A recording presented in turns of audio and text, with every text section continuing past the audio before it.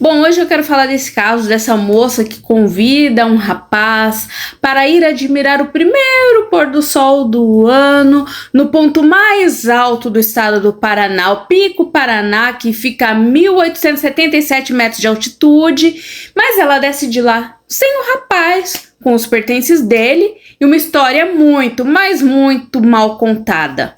O Pico Paraná, ele fica no Parque Estadual do Paraná, que é um lugar que tem 4.800 hectares. É uma coisa assim de 7.000 a 8.000 estádios de futebol. É uma área imensa.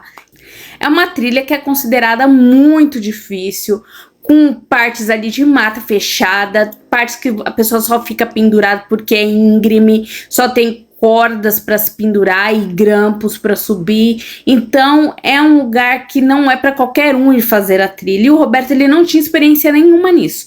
A Tayane, ela se diz um pouco mais experiente. O Roberto, ali muito jovem, né, com 19 anos apenas, ele havia acabado de se formar, técnico de segurança do trabalho, ele já não tem mais a mãe dele, ele tem um relacionamento mais distante com o pai, ele mora ali com a irmã, alguns familiares, e teve esse infortúnio de conhecer essa moça e acabou caindo nessa furada com ela, né? Ele havia conhecido ela há pouco tempo, ficaram ali umas 2 ou 3 vezes, e ele decidiu, de bom tom, aceitar esse convite para ver o primeiro pôr do sol no pico mais alto do estado do Paraná. No dia 31 de dezembro, a Tayane e o Roberto, eles se encontram ali no terminal rodoviário da cidade de Curitiba. Ali eles vão até o parque e iniciam o trajeto. Eles param em um dos primeiros pontos de acampamento ali durante a extensão. Antes do trajeto mais difícil de subir, existem alguns pontos de acampamento. E ali eles encontram o Fábio, que acabou sendo uma testemunha vital para que a verdade viesse à tona. O Fábio encontra os dois ali, eles ficam descansando algumas horas. O Fábio, inclusive, ele estava subindo para ir auxiliar um outro casal que estava na subida, porque uma das pessoas havia torcido o tornozelo. Ele é muito experiente em montanhismo, ele já faz esse trajeto por essa trilha há 30 anos e ele ajudou o Roberto a subir o cume, porque no processo da subida o Roberto, ele passou mal, ele vomitou, ele mostrou sinais de desidratação, ele mostrou sinais de incapacidade física de estar fazendo aquele trajeto. E o Fábio, ele foi dando todo o apoio, né? Deu água para ele, chocolate para ele, esperou ele se recuperar.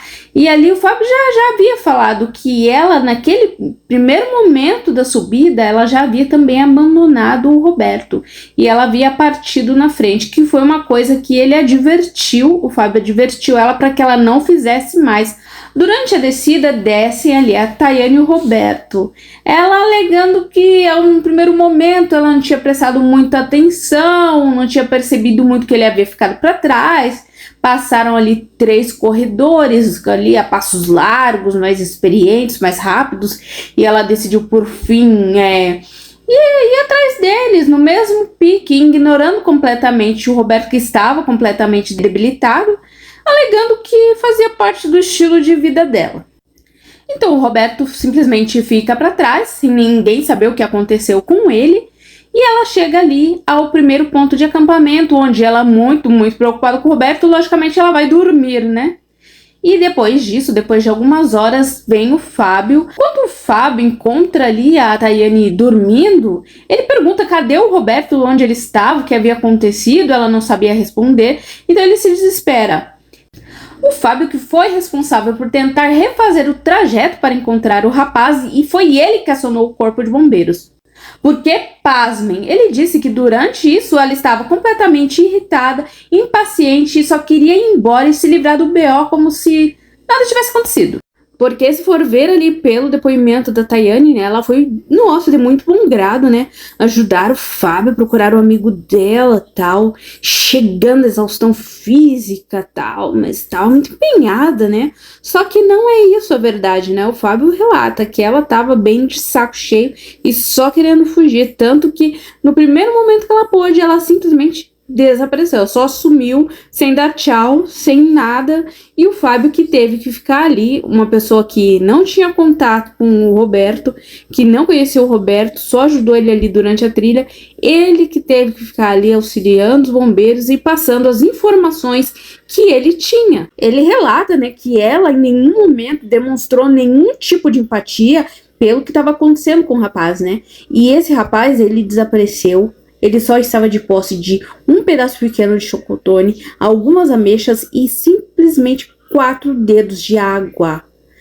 A família do Roberto criou ali um perfil no Instagram para poder publicar informações sobre o desaparecimento dele. Então sigam lá, fiquem de olho. É o Resgate Roberto Pico Paraná. Nós seguimos esperando o desfecho desse caso. Como a própria Tayane disse, é um local de altíssima dificuldade. Imagina você não estar em condições, você já estar ali colapsando e ter que fazer uma descida dessa. Ela disse que o risco também dele ter caído num penhasco é muito alto. Há informações que eles brigaram, chegaram a brigar durante o trajeto. Então nós estamos aguardando o desfecho e esperamos que seja o melhor desfecho, né? E esperamos também que a justiça ela seja feita, porque pelo amor, né? Precisa ter justiça num caso desse.